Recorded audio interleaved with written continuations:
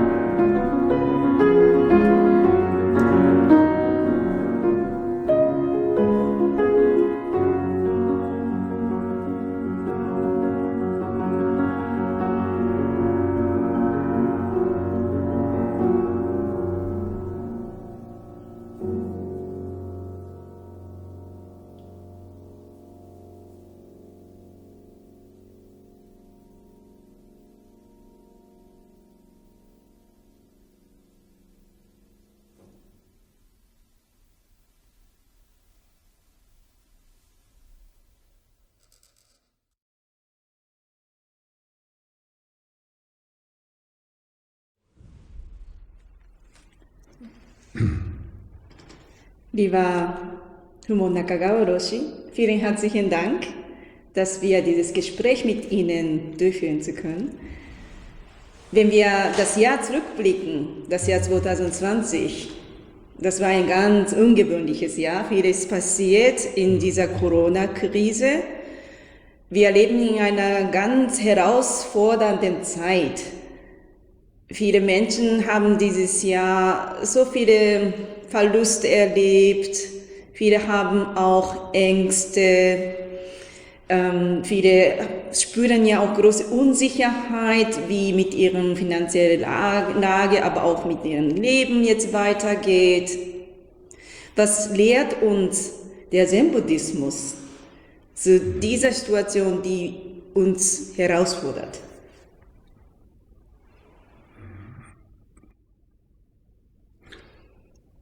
Ja, wirklich haben wir jetzt gemeinsam sehr schwierige Zeit, eine große soziale Herausforderung, aber auch geistige, spirituelle Herausforderung. Ich möchte jetzt sprechen aus der geistigen, spirituellen Herausforderung hier. Wir sind plötzlich abgestürzt in Angst. Ne? Tod ist plötzlich ganz nahe gekommen. Und aus diesem Angst müssen wir noch konkret umgehen lernen, also mit Familie oder Beruf und finanzielle Situationen, aber auch mit sich selbst klarzukommen, vielseitig und viele verschiedene Schichten müssen wir plötzlich auf einmal. Ja, als Menschen haben wir immer wieder sowas erlebt, wenn wir zurück anschauen.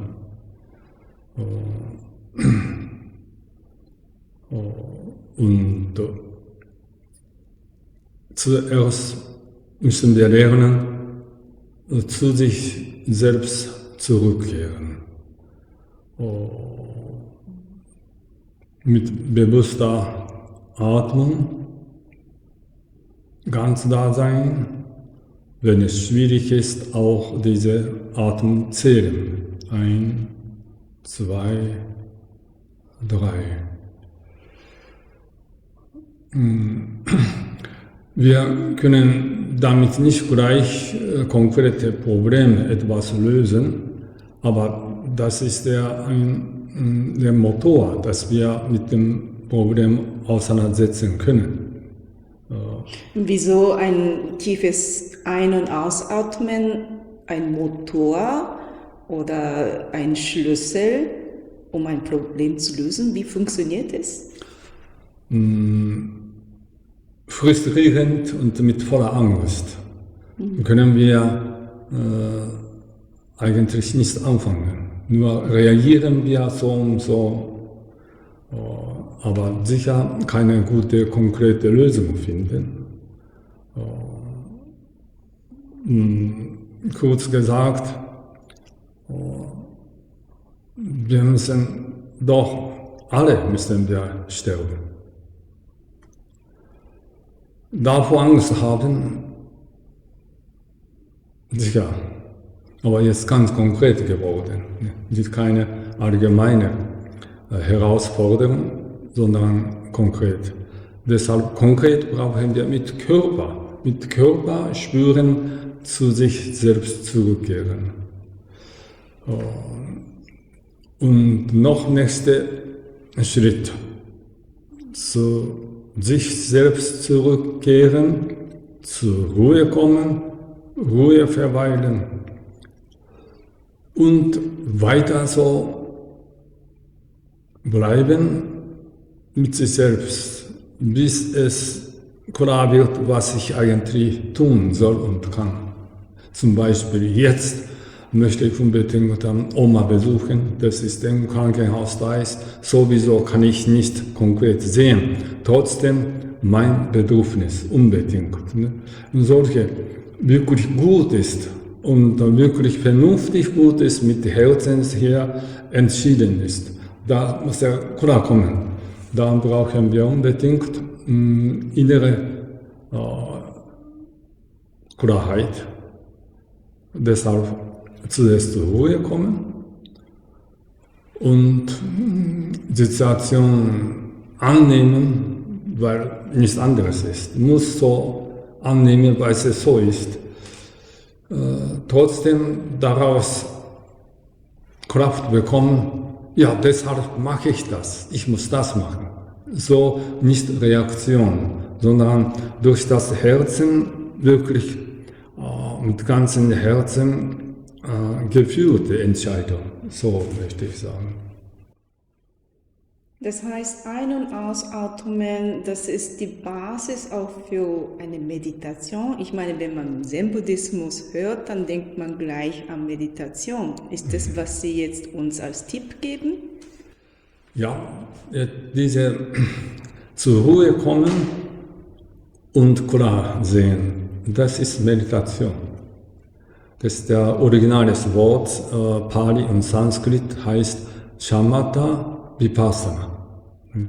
Und auf Chinesisch und Japanisch Shi Kan. Shi heißt das chinesische Zeichen, Kanji, Tomar, Stop, ne? Stopping, Tomar.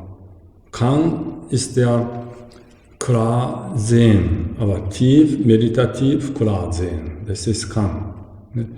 Und diese zwei Wörter, Shikan, wird praktiziert in der Sitzhaltung. Und dann Jhana, Zen ursprünglich. Also man sollte erstmal aufhören zu sehen. Ist das die Basis einer Meditation? Wie ein Stop. Stop. Also aufhören zu sehen.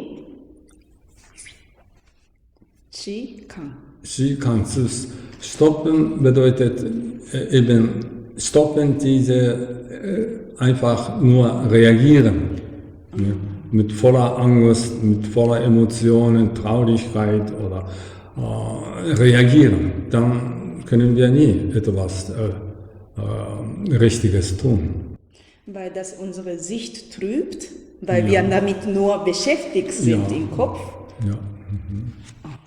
Das ist auch Grundlehre Buddhas. Das ist nicht irgendwie Theravada oder tibetischer Buddhismus oder Zen, sondern überhaupt allgemeine Praxis im Buddhismus. Bis heute ganz lebendig so. Und das ist eben für alle eigentlich. Soweit wir Menschen sind, brauchen wir diese innere Ruhe und innere Klarheit.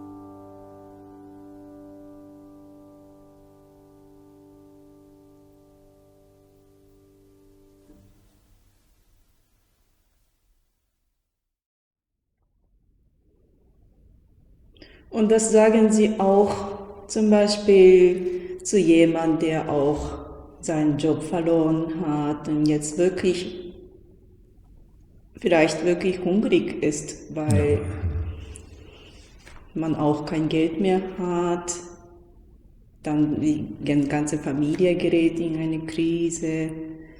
Sie sollten erstmal zu sich selbst eine Ruhe finden. Ist das, was Sie sagen? Ja, das ist besonders wichtig, ne? Diese, wir sagen Praxis. Also diese Übung mit der Atmung zur Ruhe kommen. Sogar auf der Straße, gerade so tief enttäuscht, vielleicht scheitert an Behörde oder an der Firma, aber diese voll gelagert, so verzweifeln. Gerade brauchen wir dann Stopp, nicht weiter mit dieser Emotion, sondern stehen bleiben und tief einatmen, ausatmen, praktizieren. Bewusst nur darauf konzentrieren, einatmen und konzentrieren auf Ausatmen. Und dann wird gezeigt, was man noch machen kann, machen soll. Zum Beispiel dann Freunde telefonieren oder Kollegen fragen, wie es mir geht. Oder vielleicht eine Organisation erinnert, ja, dort muss ich anrufen. So ist ein konkreter Weg zu finden. Aber zuerst innerlich zu sich selbst kommen. Und wenn nicht so konkrete, aber innerlich und emotional sehr verzweifelt sind, dann braucht man wirklich dann zu Hause diese Haltung praktizieren. Es kann sein, wenn man nicht so gut kennt, Fenster öffnen und frische Luft tief einatmen, ausatmen. Nicht denken, sondern spüren, einatmen, frische Luft, ausatmen, weiter und wieder neue frische Luft. Oder hinsetzen noch gut. Wenn es geht, vielleicht noch wiederholend. Der Balkon ist auch gut. Wenn man kennt, dann auf den Boden hinsetzen. Stuhl geht, den Boden noch stabiler. Und wenn es geht, dann diese Weise nur verweilen, 3 Minuten, 10 Minuten, so weitergeht.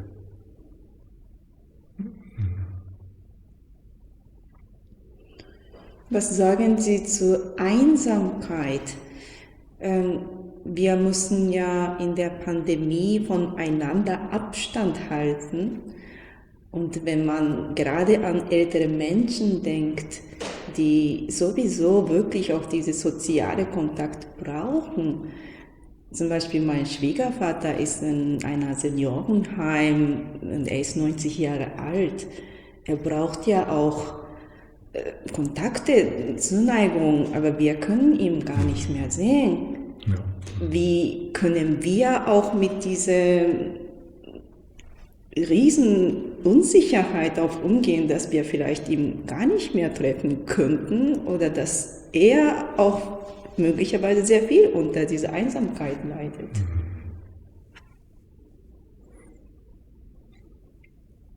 Ja.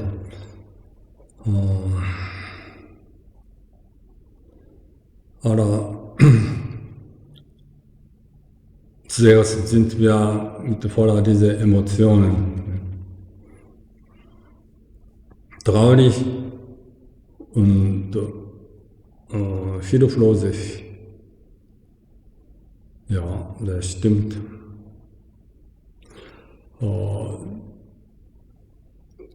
Nochmal mit ganzem Herzen traurig sein. Ganzem Herzen so traurig, weil man die Oma und Opa nicht sehen kann oder umgekehrt, ältere, alte Menschen können nicht mehr eigene Familie sehen können. Mit ganzem Herzen dran zu sein. Ja, schwierig, aber das ist so, vielleicht weinend. Und dann noch aus dem ganzen Herzen wünschen, weil es nicht andere Wege gibt,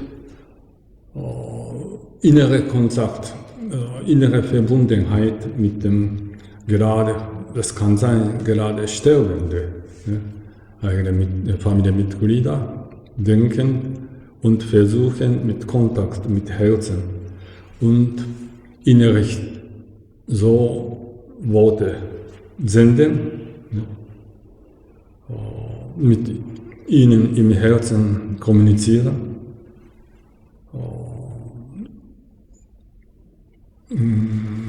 Ja, früher, in der alten Zeit, sowas hat man beten gesagt. Ne?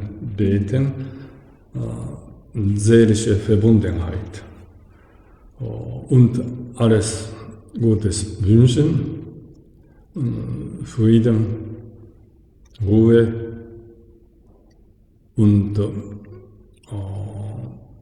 Liebe ansprechen zu diesem. Dabei nur im Herzen, weil konkret jetzt Corona-Zeit kann man konkret nicht mehr besuchen. Vielleicht 2 Zimmer entfernt oder andere Abteilung. Trotzdem im Herzen können wir versuchen, kommunizieren. Das ist nicht kann oder nicht kann, sondern eine Wirklichkeit der Seele wünscht und spricht und Liebe sendet. Ja. So können wir sicher kommunizieren. Und auch sterbende Menschen, wenn es noch geht, also wenn sie ja noch bewusst da sein können, dann praktizieren sie diesen Prozess des Sterbens auch aus dem ganzen Herzen kontaktieren und ja, zuerst sehr traurig, hilflos, aber dann müssen wir annehmen, weil es so ist. Nun angenommen sein, dann kommt der Kraft.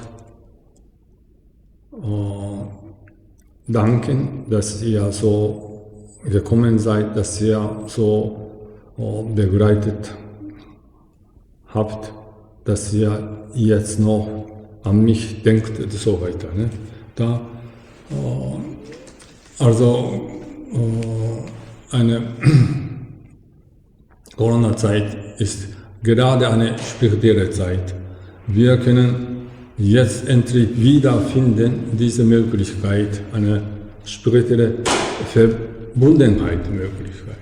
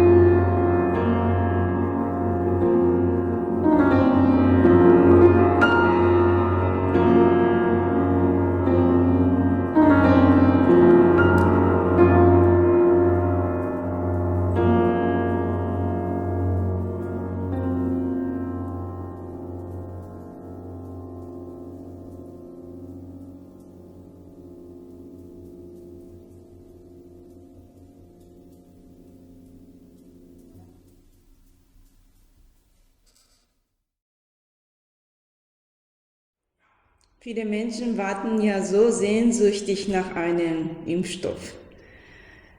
Medien berichten jeden Tag, wann endlich dann der erste Impfstoff endlich kommen wird. Löst es dann diese ganze Krise und unsere Probleme? Ich glaube nicht. Ne? Ich warte auch dringend, ne, dass der wirksame Impfstoff, sicher alle wünschen sich, aber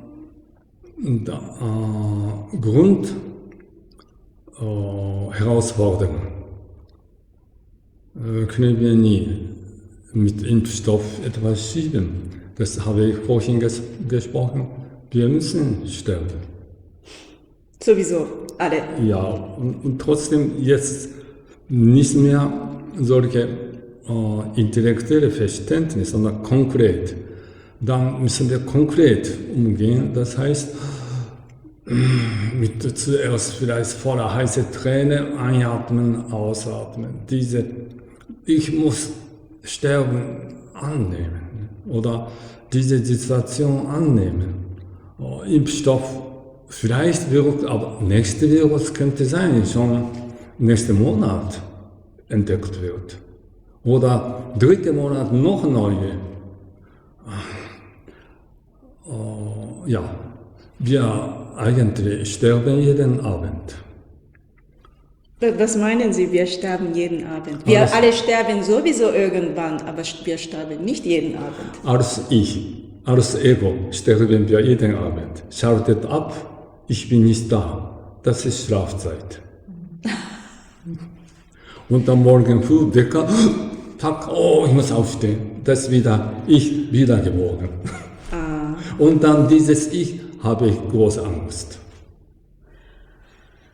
Ja, Katzen haben keine Angst, ob Impfstoff kommt oder nicht. Stimmt. Fische auch nicht.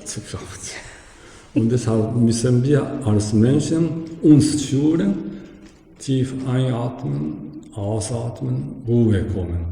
Shouji wa hotoke no oninochi nari. Diese Worte sagen sind, Leben und Tod ist das Leben Buddhas.